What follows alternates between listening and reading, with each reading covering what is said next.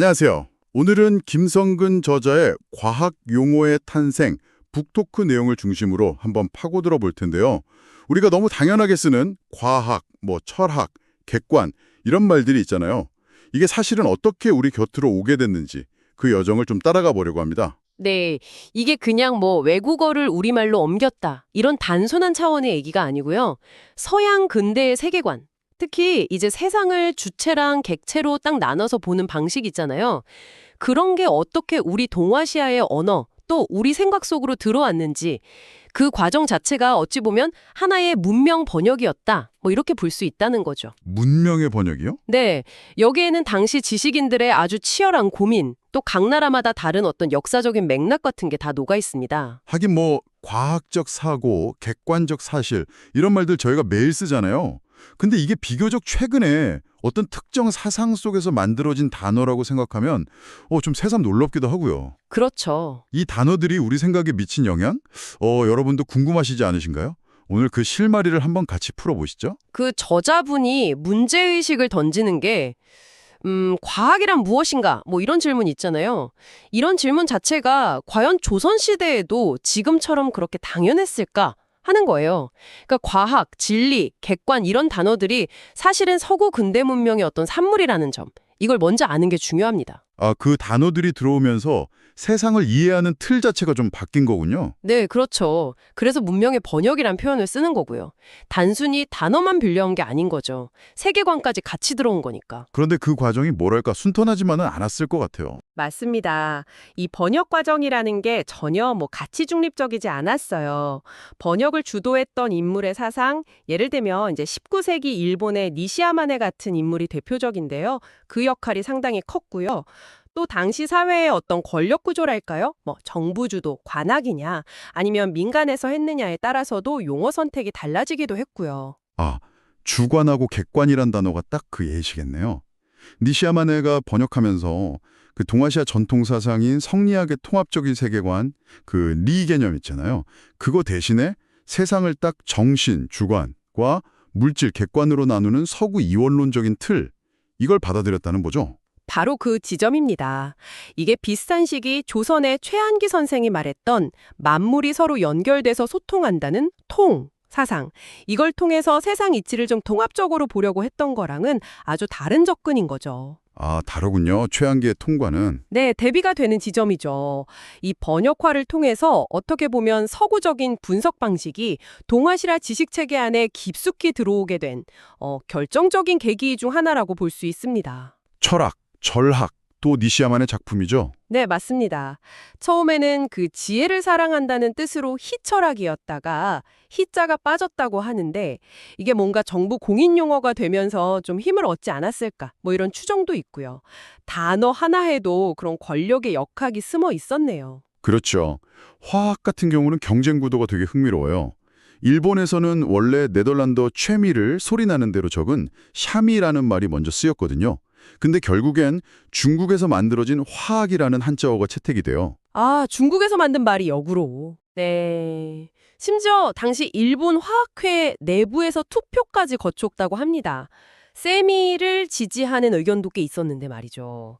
아마 메이지 정부의 영향력 같은 것도 좀 작용하지 않았을까 싶고요. 어떻게 보면 중국 용어가 일본을 거쳐서 다시 동아시아 전체로 퍼진 역수입된 사례라고 할 수 있죠. 이야, 단어 하나 정하는데 투표까지 했다니 당시 지식인사회의 고민이나 경쟁이 얼마나 치열했는지 좀 짐작이 가네요. 그럼 우리가 제일 기본적으로 쓰는 과학이라는 단어 자체는요. 그건 어떻게 정착된 거예요? 메이지 초기 일본은요, 사이언스에 해당하는 번역어가 한 10개가 넘게 막 쓰이는 그런 혼란기였어요. 학, 술, 이학, 별의별 말이 다 있었죠. 그러다가 이제 1880년대 이후로 넘어가면서 동경대학 중심의 학회 조직 같은 곳, 과학어회 이런 데서 용어 표준화 작업을 진행합니다. 그러면서 점차 과학이라는 말이 표준 용어로 자리를 잡게 되는 거죠. 이것도 그냥 언어 통일 문제가 아니라 뭔가 학문 분과가 만들어지고 지식 권력이 재편되는 그런 과정이랑 연결되는 거군요. 네, 아주 밀접하게 연관되어 있습니다. 공룡 얘기도 재밌던데요. 처음엔 조선에서도 익숙했던 그 도마뱀, 척이나 석자를 써서 공척 뭐 이렇게 불렀다고요? 네, 그런 시도가 있었죠. 그런데 아무래도 우리가 아는 그 도마뱀하고는 차원이 다른 존재다. 이걸 좀 강조하고 싶었던 것 같아요. 그래서 약간 상상 속 동물인 용자를 가져다 붙인 걸로 추정하는 거죠. 아, 무서울 공자에 용자. 네, 뭐 명확한 기록이 있는 건 아니지만 새로운 과학적 발견과 기존의 어떤 문화적 상상력 사이의 어떤 긴장 관계 같은 걸 좀 보여주는 사례라고 할 수 있겠습니다. 이렇게 쭉 들어보니까 같은 한자 문화권이라도 동아시아 3국이 각자 좀 다른 길을 걸었네요. 일본은 비교적 좀 오랜 시간 동안 서양 개념이랑 씨름하면서 자체적으로 번역을 만들고 또 내부 경쟁을 통해서 표준화하는 과정을 좀 주도한 느낌이고요. 그렇죠. 니시 아마네나 시즈키 타다오 같은 인물들이 있었고요. 중국 같은 경우는 예수의 선교사들의 초기 번역 영향도 있었고 또 화학처럼 자체 용어를 만들려는 노력들 분명히 있었어요. 근데 이제 19세기 말 이후로 가면서 일본의 정치적 문화적 영향력이 커지니까 일본식 용어를 역수입하는 경우가 점점 많아진 거죠. 한국은 아무래도 좀 아픈 역사지만 식민지 시기라는 특수한 상황 때문에 독자적인 용어를 만들거나 이걸 비판적으로 성찰할 시간이 좀 부족했겠네요. 네, 그런 측면이 분명히 있죠.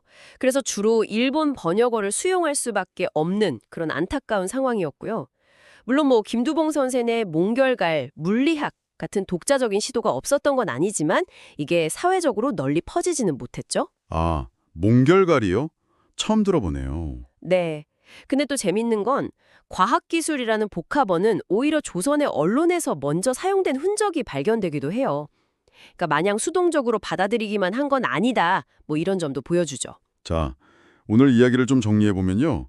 우리가 무심코 쓰는 이 과학용어 하나하나가 그냥 단순한 이름표가 아니라는 거네요. 서양 근대 문명과의 어떤 만남, 또 그 안에서의 치열한 사상적 고민, 뭐 지식 권력의 문제까지 굉장히 복잡한 역사의 산물이다. 이렇게 봐야겠군요. 맞습니다. 이 번역의 역사를 이해한다는 건 단순히 뭐 어휘의 유래를 아는 걸 넘어서요. 우리가 지금 세상을 어떻게 인식하고 생각하는지 그 방식의 뿌리를 되짚어보는 일이기도 한 거죠. 마지막으로 여러분께 한번 질문을 던져보고 싶어요. 이 책에서 지적하는 문제 중 하나가 근대 학문이 너무 잘게 쪼개지는 문제거든요. 예를 들어 일본 화학 분야 학회로 150개가 넘는다는 그런 사례도 나오고요. 혹시 오늘날 우리가 겪는 이런 지식의 파편화, 또 소통의 어려움 같은 게 어쩌면 이 용어가 만들어지던 그 순간부터 좀 예견된 건 아니었을까요? 그렇다면 좀 역설적일 수도 있지만 바로 이 용어들이 어떻게 탄생했는지 그 과정을 이해하는 것이야말로 오히려 분과 학문의 벽을 좀 허물고 다시 통합적인 시각으로 나아가는 어떤 첫걸음이 될 수도 있지 않을까 뭐 그런 생각도 드네요. 여러분의 생각은 어떠신가요?